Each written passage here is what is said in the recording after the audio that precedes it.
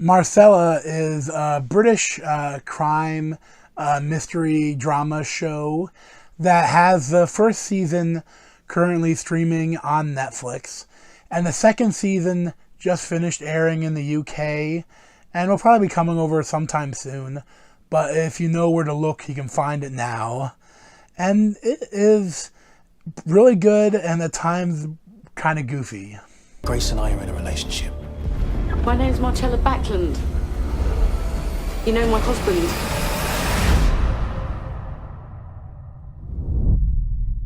Am I going to remember what I've done?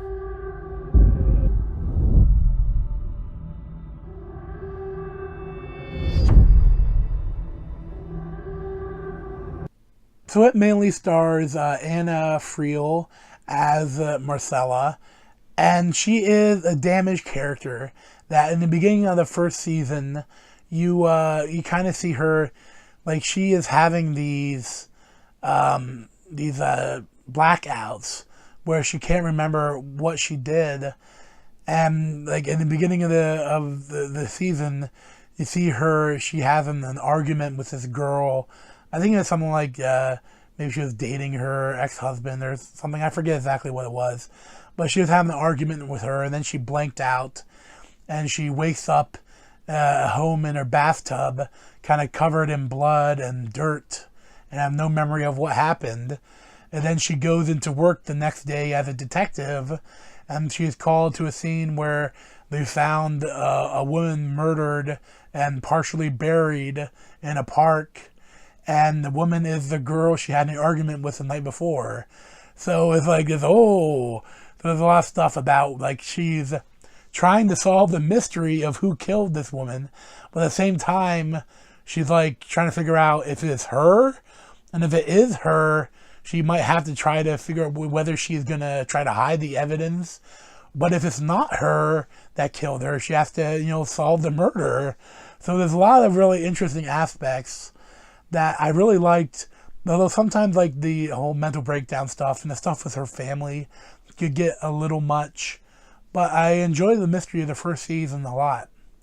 And in the second season that just finished is a continuation of that character, and she's still having the blackouts and stuff, but in this one it's a lot different because it's more about like a pedophile ring when they find this dead body of a kid in the wall, and next to these group of pedophiles, kind of. Well, they're rock stars, but they got their some pedophile stuff while they were rocking as well.